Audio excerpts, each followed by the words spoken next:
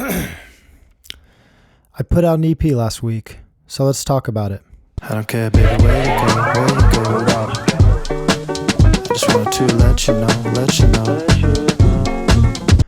I figured the best way to go about this video would be to do my 5 biggest takeaways, the things that I'm happy with, the things that I regret, and just my overall thoughts on this 6-month long process of finishing and releasing my new EP, Deja Vu.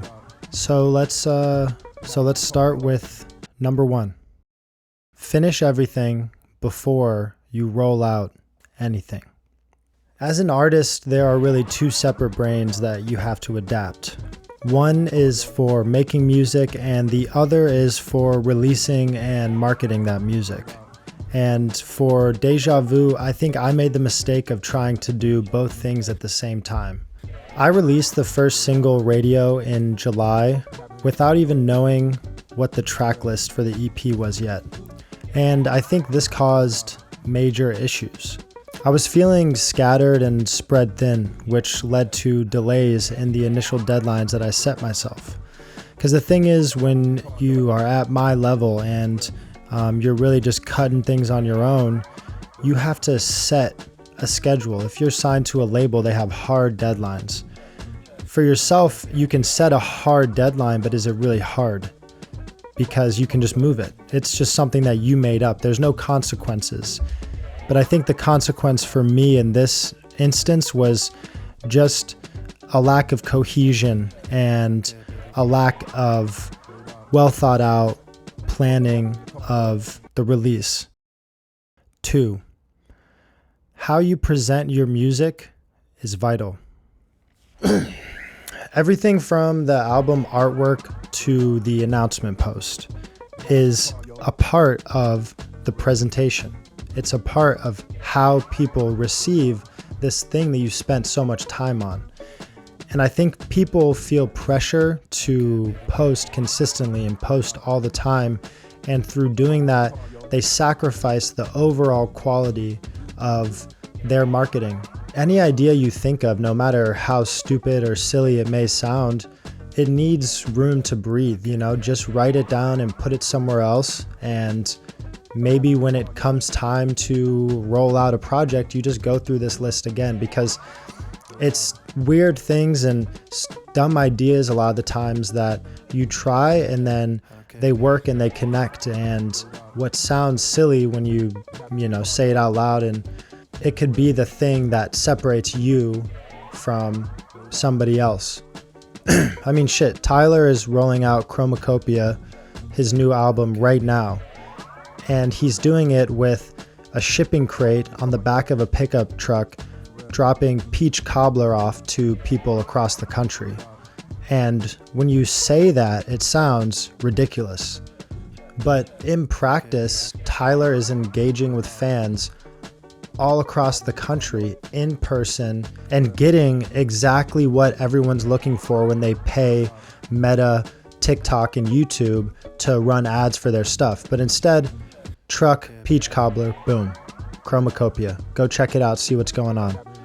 And that is just that's the kind of stuff that separates. And I think that people throw these ideas to the side much too quickly. And it's moments like these that separate artists from a song that you listen to a follow that you make, and an album listen, because that's what everyone's looking for now. 3, money. The importance of money is something that we just brush over in the music industry. It's nobody talks about it in public forums. It's kind of a thing that we just don't really go into. And for this point, I'm going to keep it short. Like everything else, music is a business. And if you want to be serious about your business, you have to start treating it like one. The biggest lie we get fed as up-and-coming artists is that if you work really hard and you be yourself and you keep going, it will happen. The reality is we're fighting against an institution and an infrastructure with hundreds of millions of dollars behind it.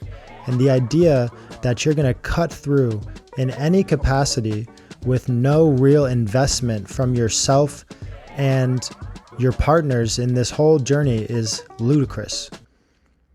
4. Events. It seems like all you hear nowadays is social media this and social media that, but I think when everyone's doing one thing and going one way, there's a lot of opportunity in the other direction. So instead of investing in a Meta or TikTok campaign that will likely lead to a bunch of passive followers or bots, I spent most of my marketing budget on making merch and renting out a storefront on Melrose Ave in LA. And while I was nervous going into this event because it was such a lofty thing for me to do and was quite expensive relative to the money that I had, I was so glad that I did it, and I think it went really well. I sold a lot of product, met a ton of new faces, and connected with other artists who walked by and saw what I was doing and was like, this is a cool thing. Let me go talk to this guy. And I think in the long run, that event is going to return more for me than a social media marketing campaign. Number 5, work. They don't tell you this when you start making beats and let's just leave what I had behind and let's really do this shit. Like I really want to put myself into it. It seems like a good time, but it's not. Honestly, it's a crooked industry with people who want to take advantage of you, and you have to work so much every day just to get the chance to maybe cut through and start making money. Maybe. And you have to be ready for that. You have to look that in the eyes, be aware that it is a possible end destination of this shit you're trying to do, and be okay with that.